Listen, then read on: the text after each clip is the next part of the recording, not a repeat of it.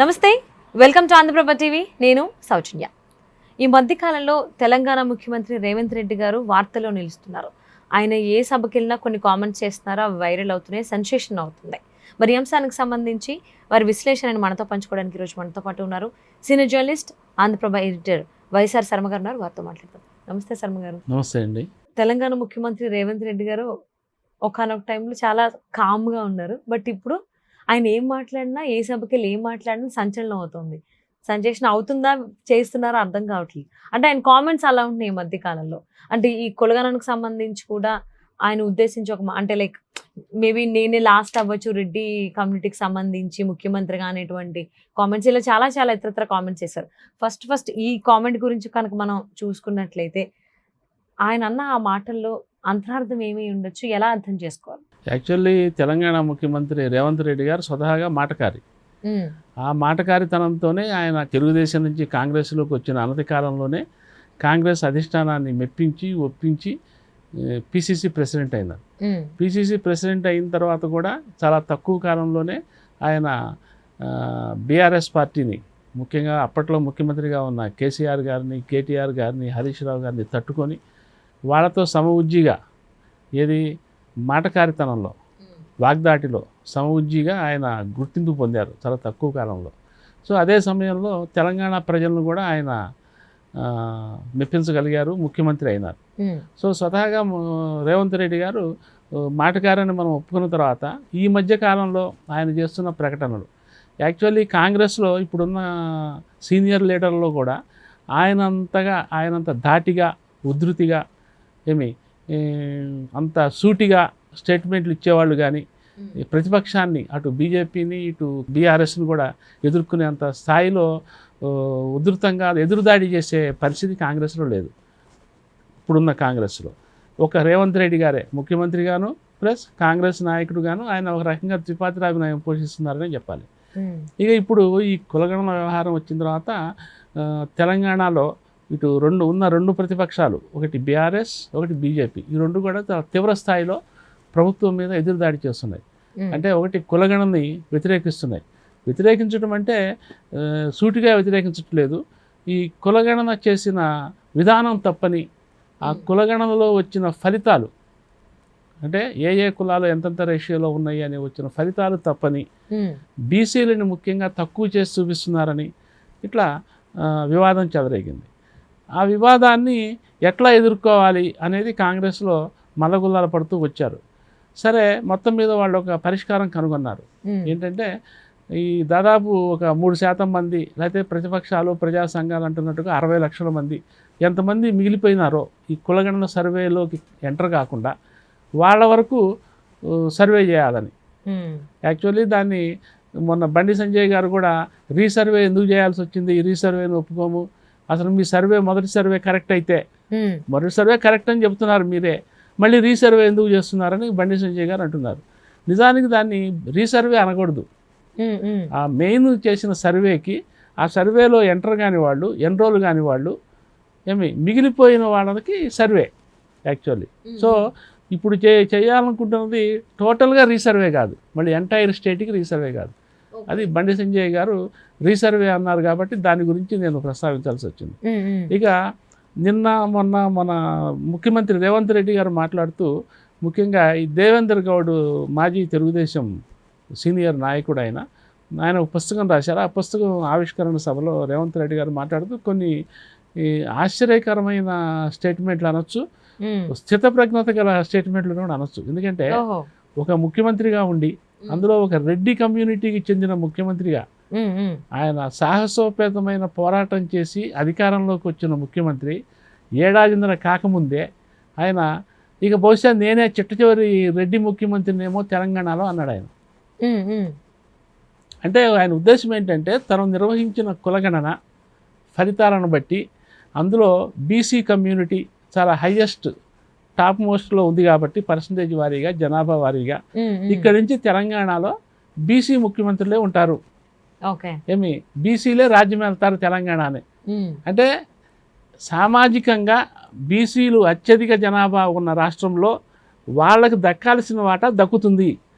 ఆ దక్కేలాగా చేయటంలో నేను నా పాత్ర ఉంది, నేను ప్రథముణ్ణి, నా వల్లనే బీసీలకి అటువంటి యోగం పడుతున్నది, పదవీ యోగం పడుతున్నది.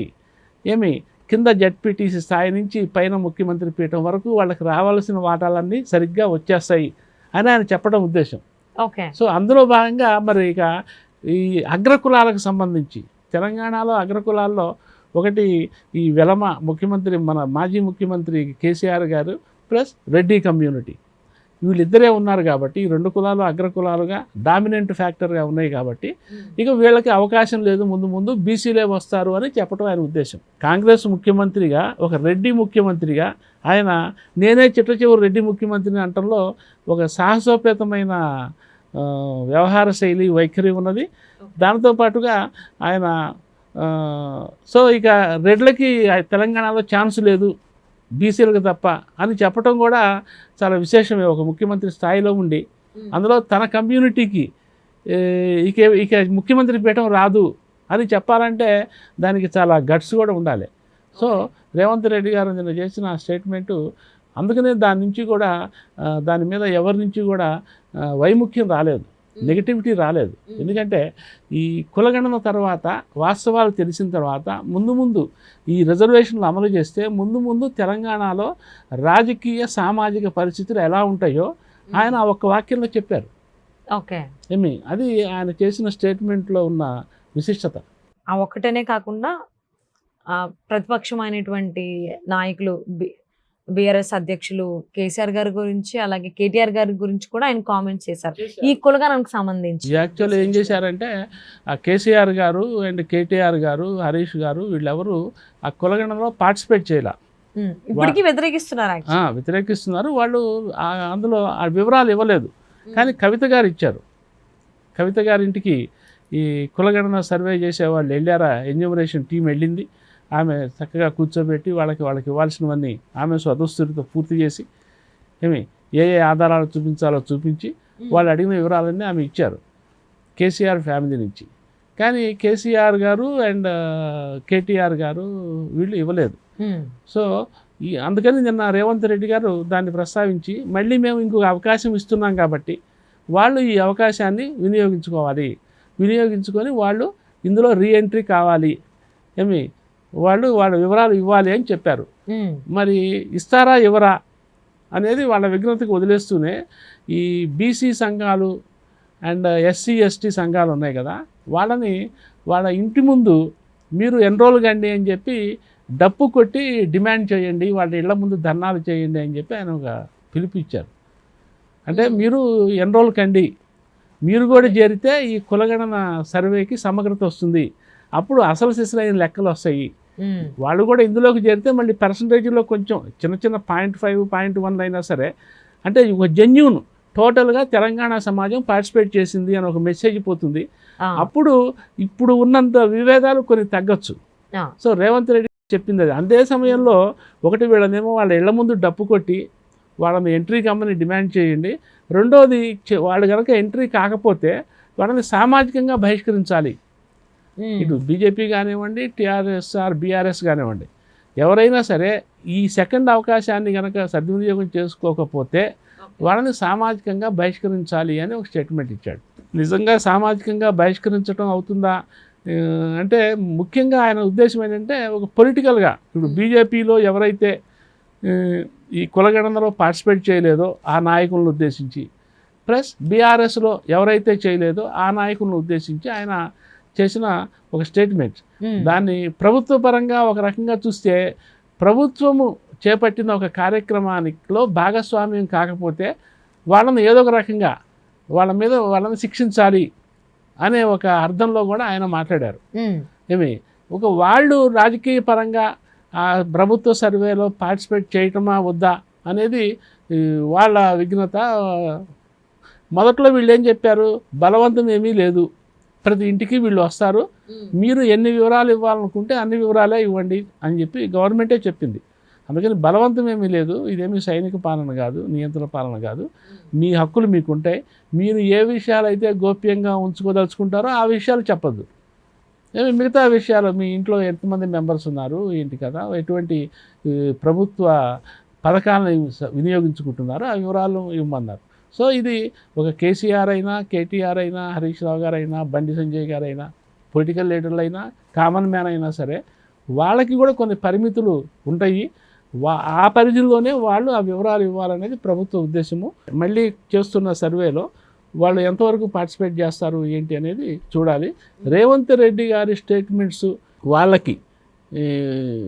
వాళ్ళని ఎట్లా ఎన్లైటన్ చేస్తాయి, ఇది సామాజికంగా బహిష్కరిస్తామనే ప్రకటన నుంచి వాళ్ళ వైపు నుంచి ఎటువంటి స్పందన వస్తుంది, వాళ్ళు దాన్ని to what extent they will take it serious అనేది కూడా మనం చూడాల్సి ఉంటుంది. ఇంకోటి, ఇదే సమయంలో ఈ బీసీ వ్యవహారానికి సంబంధించి రేవంత్ రెడ్డి గారు చేసిన ఇంకొక స్టేట్మెంటు ప్రధాని మోడీ గారి గురించి. యాక్చువల్లీ మోడీ గారు ఒరిజినల్ పుట్టుకతోనే బీసీ కాదు, ఆయన గతంలో కూడా ఈ మధ్య ఇంకోసారి చేశారు. అయితే అది అప్పట్లో పెద్దగా వైరల్ కాలేదు. కానీ నిన్నైతే ఈ రెండు కాంట్రవర్షియల్ స్టేట్మెంట్స్గా బాగా వైరల్ అయినాయి. మోడీ గారు పుట్టుకతో బీసీ కాదు, ఆయన లీగల్లీ కన్వర్టెడ్ బీసీ. అంటే ఆయన ముఖ్యమంత్రి అయిన తర్వాత ఆయనకు చెందిన కులాన్ని బీసీ జాబితాలో చేర్పించి, తద్వారా ఆయన ఇండివిజువల్గా ఆయన ఒక్కడే కాదు, ఆయనకు చెందిన కులాన్ని ఓవరాల్గా గుజరాత్ స్టేట్లో బీసీ జాబితాలో చేర్పించడం ద్వారా ఆయన చట్టబద్ధమైన బీసీగా ఆయన మారారు అని చెప్పాడు. ఓకే. సో ఒక ముఖ్యమంత్రి స్థాయి వ్యక్తి ఆ విషయంలో అబద్ధం చెప్తాడని కానీ, ప్లస్ మోడీ మీద ఏదో దుష్ప్రచారం చేస్తున్నాడని కానీ అనుకోనక్కర్లా. ఇప్పుడు గుజరాత్లో ఇప్పుడు ఇక్కడ జరుగుతున్నట్టే కులగణన, ఏ కులాలని ఏ జాబితాలో చేర్చాలి, ఏ గ్రూపుల్లో చేర్చాలి అని రీషఫ్లింగ్ జరుగుతున్న తరుణంలో టగుజరాత్లో కూడా అట్లాగే జరిగి మోడీ గారి కులానికి సంబంధించిన కులము బీసీ జాబితాలో చేరుండొచ్చు. సో అందుకనే రేవంత్ రెడ్డి గారు చాలా టెక్నికల్గా, చాలా యాక్యురేట్గా లీగల్లీ కన్వర్టెడ్ బీసీ, అంటే ఒరిజినల్ బీసీ కాదు, తర్వాత ఈ బీసీ జాబితాలో వచ్చిన మార్పులు చేర్పుల ఫలితంగా ఆయన కులం కూడా వచ్చి చట్టబద్ధంగా ఇందులో కూర్చుంది.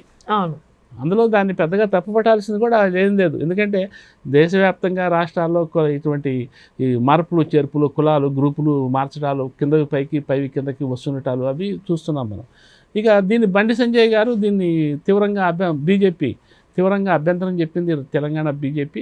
అందులో బండి సంజయ్ గారు అయితే దానికి కౌంటర్గా రాహుల్ గాంధీ గారిని, అసలు రాహుల్ గాంధీ గారి కులమేంటి, వాళ్ళ అమ్మగారి కులమేంటి, వాళ్ళ తాతగారి కులమేంటి, సోనియా గాంధీ గారు క్రిస్టియను, రాహుల్ గాంధీ గారి తాత ఏమో ఆయన ముస్లిము, రాహుల్ గాంధీ గారు అసలు ఏ కులము, ఆయన బీసీనా, ఓసీనా, క్రిస్టియనా ఏంటి అని చెప్పి ఆయన ఈయన కులాన్ని గురించి ప్రస్తావించారు.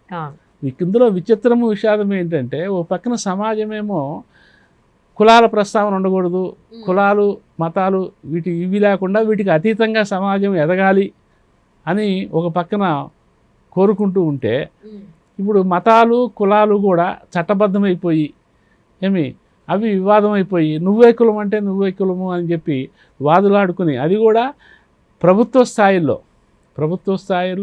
మంత్రుల స్థాయిల్లో వాదులాడుకునే పరిస్థితి ప్రస్తుతం నెలకొని ఉండటం అనేది ఒక రకంగా విషాదమే.